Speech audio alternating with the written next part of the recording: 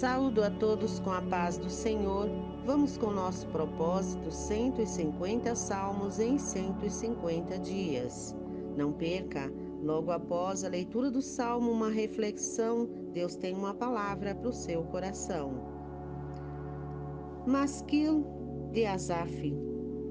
Dai ouvidos, ó meu povo, à minha lei. Inclina teus ouvidos às palavras da minha boca. Abrirei a minha boca numa parábola. Proferirei obscuros provérbios de antigamente, os quais ouvimos e conhecemos. E nossos pais nos contaram.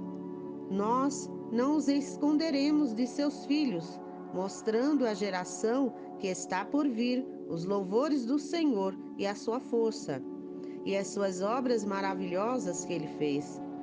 Pois ele estabeleceu um testemunho em Jacó e nomeou uma lei em Israel, a qual ele comandou aos nossos pais, de que eles deveriam fazê-la conhecida aos seus filhos, que a geração futura possa conhecê-las, até mesmo as crianças que viriam a nascer, que deveriam se levantar e declará-las a seus filhos, para que eles pusessem a sua esperança em Deus, e não esquecessem as obras de Deus, mas guardassem os seus mandamentos, e que não fossem como seus pais, uma geração teimosa e rebelde, uma geração que não pôs o seu coração corretamente, cujo espírito não estava firme com Deus. Os filhos de Efraim, armados e carregando arcos, se voltaram no dia da batalha.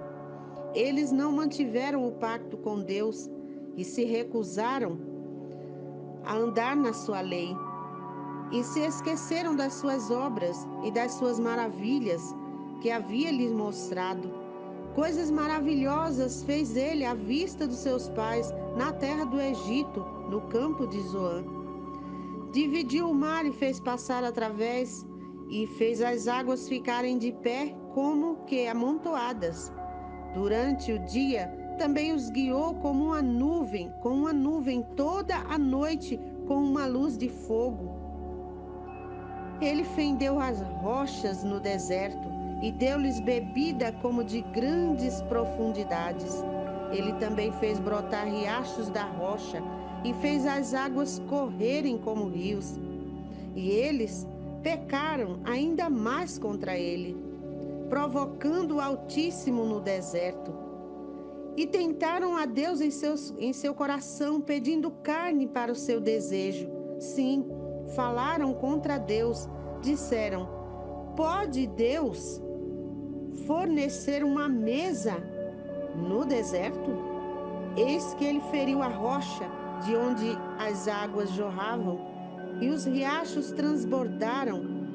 Pode ele dar pão também? Pode ele prover carne para o seu povo?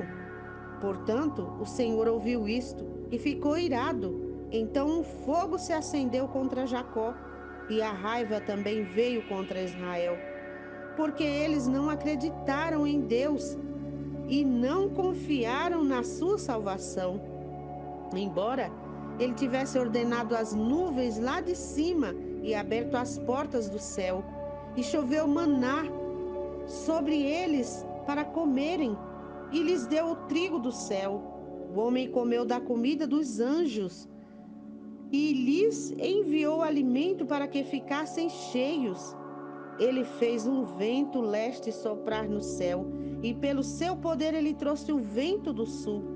Ele também fez chover sobre eles carne como a poeira, e as aves de asas como a areia do mar. E ele fez cair no meio do seu acampamento, ao redor de suas habitações. Então eles comeram e foram bem servidos, porquanto ele lhes deu o seu próprio desejo. Eles não se afastaram do seu desejo, mas enquanto a carne ainda estava em suas bocas, a ira de Deus veio sobre eles e matou os mais gordos deles, e feriu os homens escolhidos de Israel. Por tudo isto, eles ainda pecaram. e não creram nas suas maravilhosas obras. Por isso, ele consumiu os seus dias em vaidade e os seus anos em tribulação. Quando ele os matou, então eles o buscaram, e eles se voltaram e chamaram cedo por Deus, e se lembraram de que Deus era a sua rocha e o alto Deus, seu redentor. Mesmo assim, eles lisonjearam com a boca e mentiram a ele com a sua língua, pois o seu coração não estava certo com ele, nem estavam eles firmes em seu pacto. Mas ele, sendo cheio de compaixão, perdoou sua iniquidade e não os destruiu. Sim, muitas vezes desviou sua raiva e não agitou toda a sua ira, pois se lembrara de que eles eram apenas de carne, um vento que passa e não volta novamente. Quão frequentemente eles provocaram no deserto e afligiram no deserto. Sim, eles viraram as costas e tentaram Deus e limitaram o Santo de Israel. Eles não se lembraram da sua mão, nem do dia em que os livrou do inimigo, de que, como ele havia operado seus sinais no Egito e as suas maravilhas no campo de Zoan, e havia transformado seus rios em sangue e suas enchentes para que não pudessem beber. Enviou diversos tipos de moscas, entre eles que os devoraram, e rãs para os destruírem. Ele também deu os seus incrementos à lagarta e o seu trabalho à locusta. Destruiu as suas vinhas com granizo e os seus sicômoros com a geada. Também entregou seu gado ao granizo e os seus rebanhos aos quentes relâmpagos.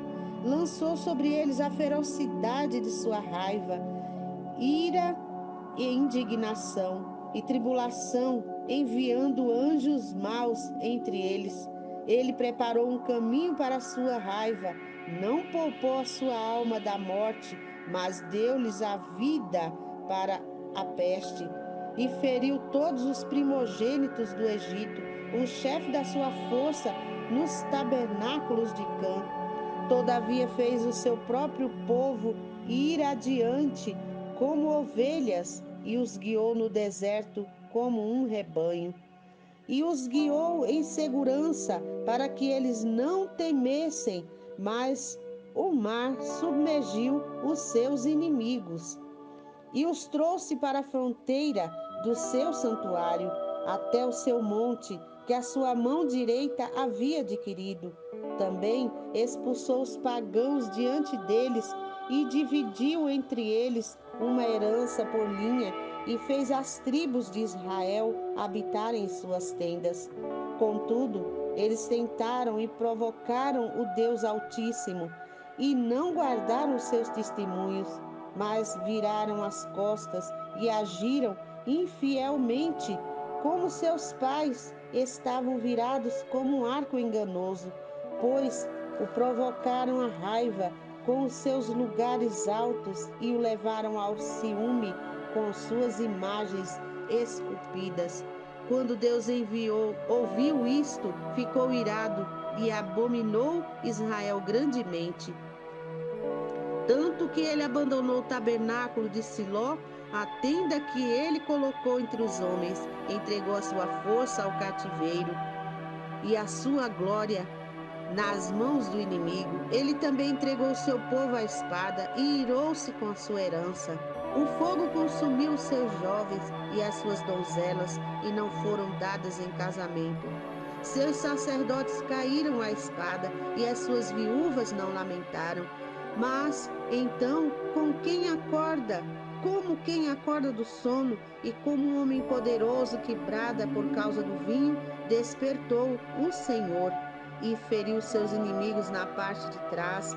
Ele os pôs à vergonha perpétua. Além disso, ele recusou o tabernáculo de José e não escolheu a tribo de Efraim, mas escolheu a tribo de Judá o monte de Sião que ele amava e construiu seu santuário como palácios que ficam no alto, como a terra que ele estabeleceu para sempre. Ele também escolheu a Davi, o seu servo, e tirou dos currais de seguir as ovelhas com as suas crias. Ele o trouxe para alimentar Jacó, o seu povo, e a Israel, sua herança. Então ele os alimentou segundo a integridade do seu coração e os guiou pela habilidade das suas mãos. Glória a Deus, esse é um salmo, um dos maiores salmos, perdendo para o Salmo 119, mas é uma grande lição para nós quando nós vemos ali em 1 Coríntios capítulo 10, fala novamente sobre a história de Israel, e é importante para nós ver a providência divina na história do seu povo.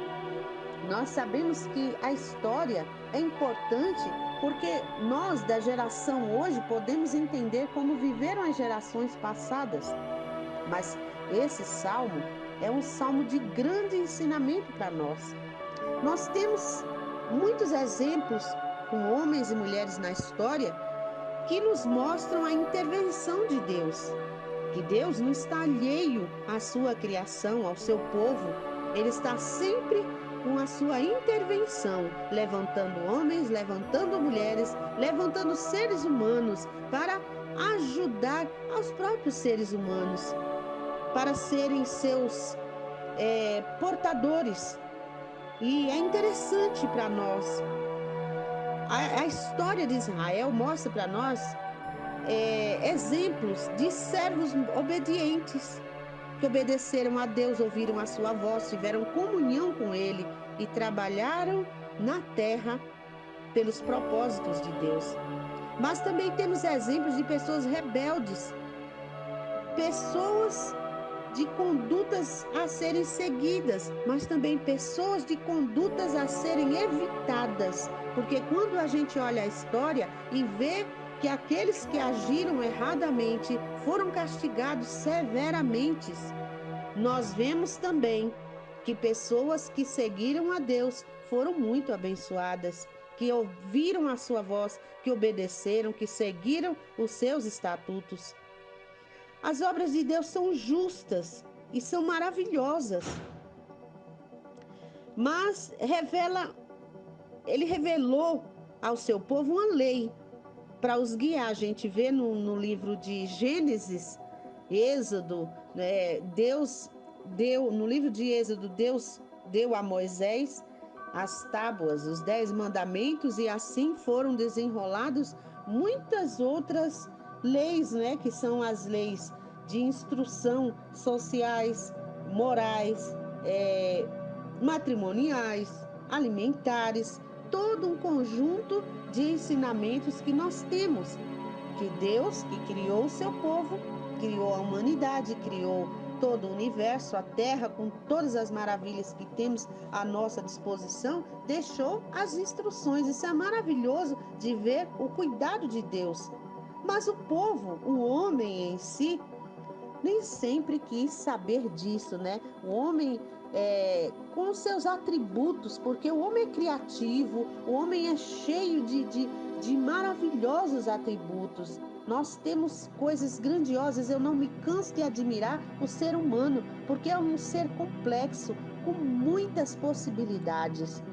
E o homem, às vezes, fica deslumbrado, e querendo tomar lugar de Deus, achando-se autossuficiente, inventando modas e querendo descobrir coisas. A gente vê esse exemplo logo lá no livro de Gênesis, na criação do homem, lá no jardim do Éden. O homem, com a sua curiosidade, foi comer o fruto proibido, e assim até hoje vai à busca de descobertas para satisfazer o seu prazer, sua curiosidade, a sua vaidade. Mas a gente vendo aqui nessa história de Israel, apesar de tantos milagres e maravilha, o povo reclamava e não confiava na salvação de Deus, Continuava a pecar, sempre eram infiéis. Deus derramava sua ira como um pai, né? Porque a gente que é pai, é mãe, a gente sabe que o filho começa a fazer coisas erradas, a gente ama tanto aquela criança, aquele filho, que a gente vai castigar, vai corrigir, vai ensinar para que ele não caia em situações piores e venha a destruir-se, né? Assim Deus também com o seu povo. Deus, ele nos fez e ele deseja o melhor para nós. Ele tem bênçãos para nós, mas ele também quer que a gente ande no caminho reto, não é? Deus, ele derramava a sua ira, só que depois ele perdoava, como nós que somos pais e mães, a gente castiga o filho, mas depois a gente vai lá cheio de amor para dar, né? Deus também, ele castiga, ele derrama sua ira quando não aguenta mais, porque ele é longânimo. Deus é longânimo demais, a gente vê isso na história, né? Depois ele vem e perdoa, ele livra, ele levanta libertadores, ele sempre dá um jeito para que a gente consiga novamente retornar ao caminho.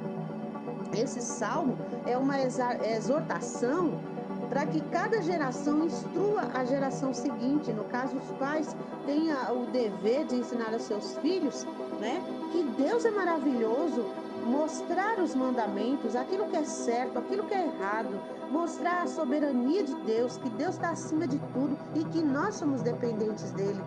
A justiça de Deus, porque Deus é justo e ele dá a cada um segundo as suas obras. Por isso a gente precisa ensinar as nossas gerações futuras e presentes, que Deus ele dá segundo a semente que nós plantamos. Se nós plantamos o bem, colheremos o bem. Se plantamos o mal, colheremos o mal. É bom ensinar isso às crianças, né?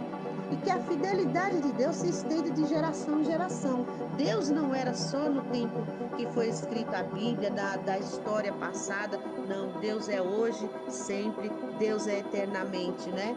Deus é maravilhoso, Ele é constante, né? Não é como essa geração aqui que a gente acabou de ler, uma geração inconstante, porque Deus, Ele mostrava, né? Como diz aqui, eu não vou relatar porque esse salmo é muito grande, ele tem 72 versos, né?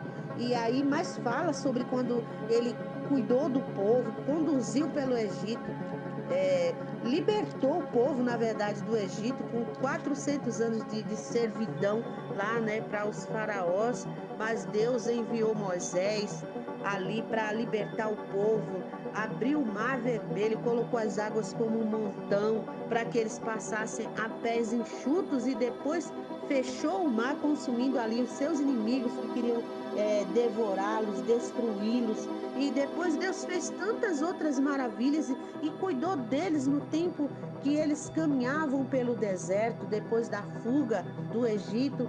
Mas Deus cuidou deles ali, né? O calor era causticante e Deus colocava ali uma nuvem por sobre eles para proteger do sol, para que eles não fossem, sofressem queimaduras terríveis, doenças, né? Cansaço demais. Deus é maravilhoso. E à noite colocava uma coluna de fogo para protegê-los contra o frio e para iluminá-los. E Deus provia alimento quando eles estavam com fome, se lamentando, reclamando, né? Achavam melhor servidão. Quantas vezes em nossas vidas Deus nos livra de alguma coisa que nos faz mal, mas a gente acaba sentindo saudade. Eu lembrei de uma coisa, de um relato que eu ouvi de um pastor, uma coisa que é assim, para a gente entender um pouco, porque Paulo, lá em Romanos 12, acho que o verso 2, ele diz: Não vos conformeis com esse mundo. E esse não vos conformar significa não tomar a forma do mundo, né? Porque o mundo está aí com muitas coisas, essa evolução trouxe muitas possibilidades e muitas atrações para que o homem se distancie cada vez mais do seu Criador, né? E aí ele dava o exemplo da agia de uma rã. Aí você jogar uma água quente na rã, ela dá um pulo para longe e desaparece, né? Mas quando você coloca ela na água fria, você liga o fogo e ali vai esquentando aos pouquinhos a água e ela ali vai acabar morrendo porque ela vai se acostumando com a quentura, quinturinha da água que vai aos poucos, devagarinho aquecendo, quando pensar que não, está fervendo e ela perde as suas forças, não tem mais como sair dali até a morte. Assim é o mundo, quando a gente se deixa colocar na forma do mundo, a gente vai fazendo o que todo mundo faz, o que é comum, o que é normal ao povo do mundo, esquece daquilo que é correto, daquilo que é certo, daquilo que nos aproxima de Deus, mas que Deus nos ajude e nos conceda o discernimento e o alerta, para estarmos alerta ao que o mundo, ao que o destruidor quer puxar-nos, porque existe o prazer momentâneo, é o prazer imediato. Eu já contei em outros salmos, em outras reflexões, a questão das crianças que foram feitos experimentos na área da psicologia para ver a ansiedade das crianças, porque isso já é nato do ser humano.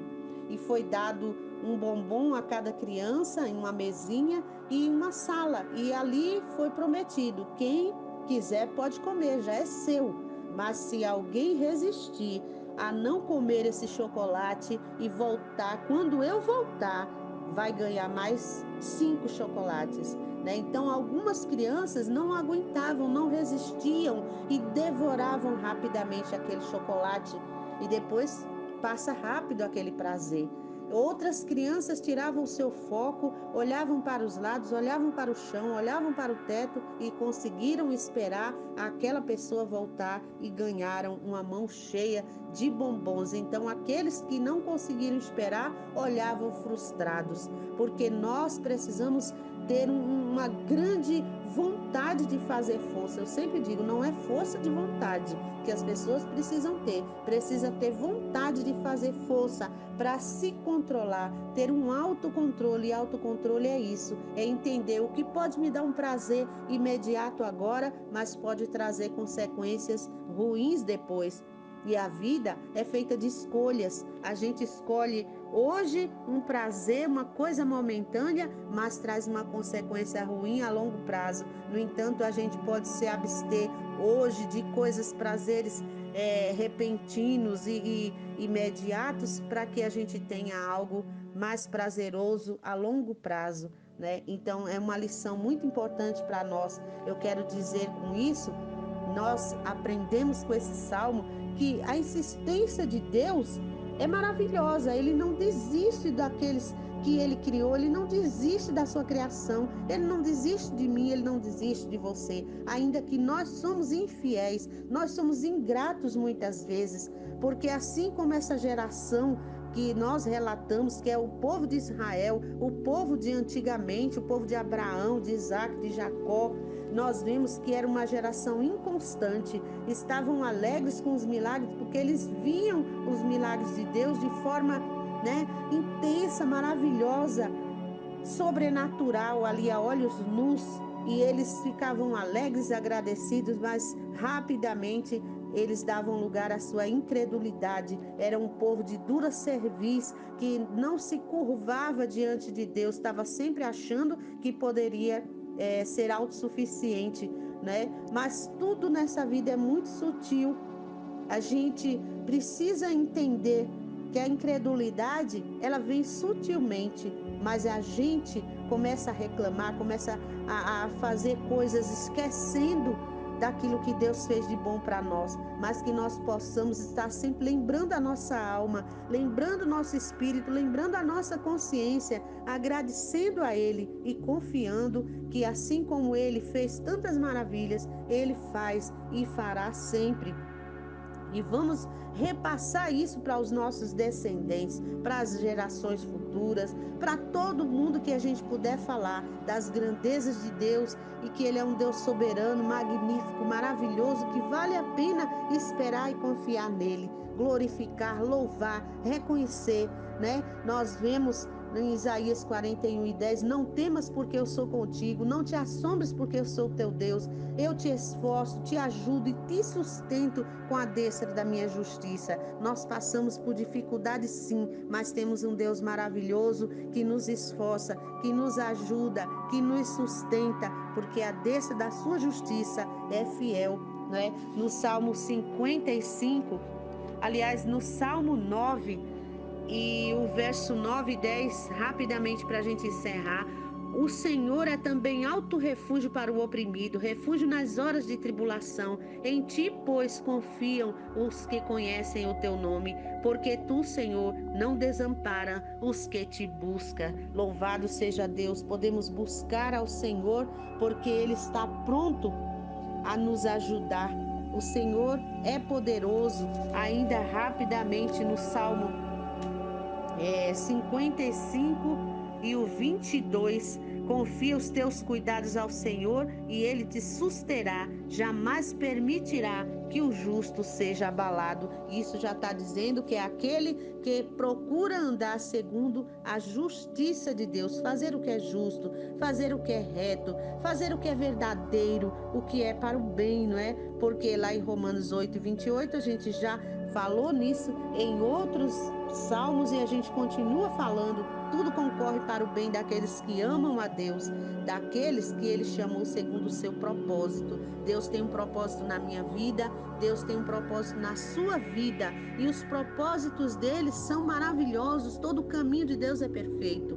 A gente às vezes não entende, a gente às vezes fica inquieto, mas lançando sobre Ele toda a vossa ansiedade, porque Ele tem cuidado de vós, tem cuidado de nós, Ele está pronto a nos ajudar, nos socorrer, Ele está vendo tudo, Ele tem todo o poder, está no controle da situação. Vamos confiar em Deus, ao contrário do povo de Israel, vamos aprender com os acertos e não com os erros, né? A gente aprende com os erros para não repeti-los, que era esse povo que muitas vezes foi ingrato, mas é o povo de Deus, é o povo que ele não desiste de mim, ele não desiste de você, ainda que nós venhamos a ser ingratos, a deixar de confiar em alguns momentos, mas Deus nos conhece, ele lembra-se de que nós somos humanos, né?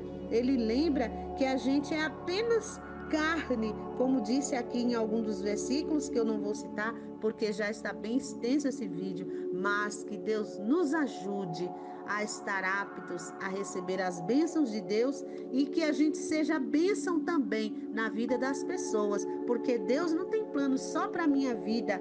Deus não é egoísta, assim como eu preciso aprender a não ser egoísta. Quando Deus me abençoa, eu preciso abençoar pessoas. Abençoar, seja com os meus bens, abençoar com uma palavra de carinho, abençoar as pessoas com um ouvido sem julgamento, para ouvir um coração aflito, uma alma em desespero. Então vamos nos doar um pouco, saber que Deus é o nosso Pai, como Jesus nos ensinou a orar.